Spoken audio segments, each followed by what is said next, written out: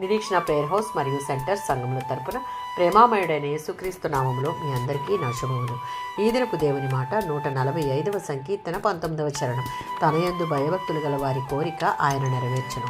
34వ సంకీర్తన 9 నుంచి 14 చరణాలలో ఈ కీర్తనలో వాగ్దానాలు ఎవరైతే దేవునిని నమ్మి ఆయన యందు భయభక్తులు ఉంచుతారో వారికి మాత్రమే సొంతం. అవేవనగా మనకు ఎదురయ్యే భయాల నుండి విడిపిస్తానని, కష్టాల నుండి రక్షిస్తానని, మనకు కావలి కాయడానికి తన దూతలను పంపిస్తానని, మన అవసరాలు తీర్చి సమృద్ధి అయిన జీవాన్ని ఇస్తానని, మన ప్రార్థనలను విని తన సన్నిధితో మనలను ఆదరిస్తానని, మన ఆత్మలను విమోచిస్తానని వాగ్దానాలు ఇస్తున్నాడు. అయితే ఇవన్నీ ఎవరైతే ఆయన్ని వెదికి ఆయనను హత్తుకుని జీవిస్తూ ఆయనకు మొరపెడుతూ ఆయన యందు భయభక్తులు కలిగి ఈ లోకానికి వేరుగా జీవిస్తూ సమాధానాన్ని వెతుకుతూ పశ్చాత్తాప హృదయాలు కలిగి ఉన్నప్పుడు మాత్రమే అవి మన పట్ల నెరవేరుతాయి. 111వ సంకీర్తన 10వ చరణం. దేవుని యందు భయభక్తులు కలిగి ఉండడం అంటే అది జ్ఞానమునకు మూలం. అది ఈలోకపరమైన జ్ఞానము కంటే అతి ఉన్నతమైనది.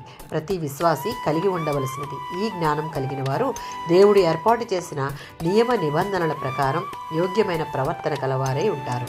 అలాంటి వారికి దేవుడు అన్ని విషయాలలో అన్ని సమయాలలో తగిన ఆలోచన చేత నింపి నడిపిస్తాడు. భయభక్తులు కలిగి ఆయనకి లోబడే వారి జీవితాలపై 103వ సంకీర్తన 11 నుంచి 14 చరణాలలో భూమికి ఆకాశం ఎంత ఎత్తుగా ఉందో ఆయన కృప వారిపై అంత అధికంగా ఉంటుంది. పడమటికి తూర్పు ఎంత దూరమో మన అతిక్రమములను మన నుంచి అంత దూరం చేస్తాడు. మన దేని స్థితిలో తండ్రి వలె జాలి చూపించి మనకున్న ప్రతి కోరికను సిద్ధింపజేసి మన ఆలోచనను సఫలపరుస్తాడు. ఆమేన్.